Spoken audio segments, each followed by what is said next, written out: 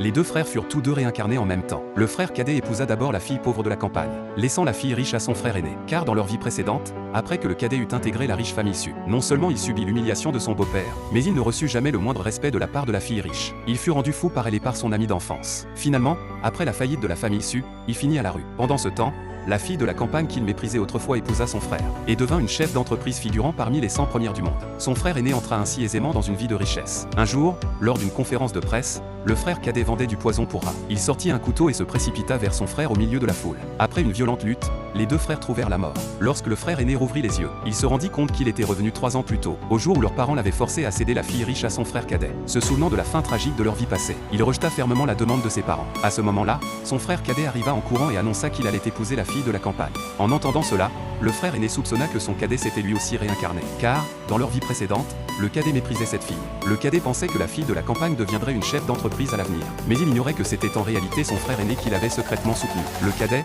sachant que la fille riche avait un mauvais caractère, se moqua de son frère aîné, disant qu'il souffrirait sans fin après le mariage. Il riait aussi, convaincu que la famille ferait faillite dans 3 ans. Le frère aîné, en entendant cela, le frappa et le fit tomber au sol, disant qu'il n'avait aucune légitimité pour critiquer la famille issue. Par coïncidence, l'intendant de la famille issue entendit cette conversation et en informa le riche patriarche. Celui-ci fut ravi de l'attitude de son futur gendre, et ordonna à l'intendant de lui envoyer quelques cadeaux précieux. Le lendemain, les deux frères se rendirent à l'hôtel pour aller chercher leurs épouses. En voyant la voiture bon marché du frère aîné, tout le monde se moqua de lui, disant qu'il n'était pas favorisé par ses parents. À ce moment-là, plusieurs voitures de luxe de la famille riche arrivèrent pour lui donner de la prestance. Tout le monde resta stupéfait. De plus, le frère aîné reçut de nombreux cadeaux de valeur. Le frère cadet n'en crut pas ses yeux, car dans leur vie précédente, lorsqu'il avait épousé la fille riche, il avait dû s'agenouiller 1 heure devant la porte avant d'être autorisé à entrer dans l'hôtel. Voyant le faste avec lequel son frère était maintenant traité, le cadet pensa qu'après la faillite de la famille issue dans 3 ans, son frère finirait à la rue, tandis que son épouse deviendrait une chef d'entreprise. Il se persuada alors qu'il mènerait, lui aussi, une vie prospère. Mais la réalité fut bien différente de ce qu'il imaginait. Dans leur vie précédente,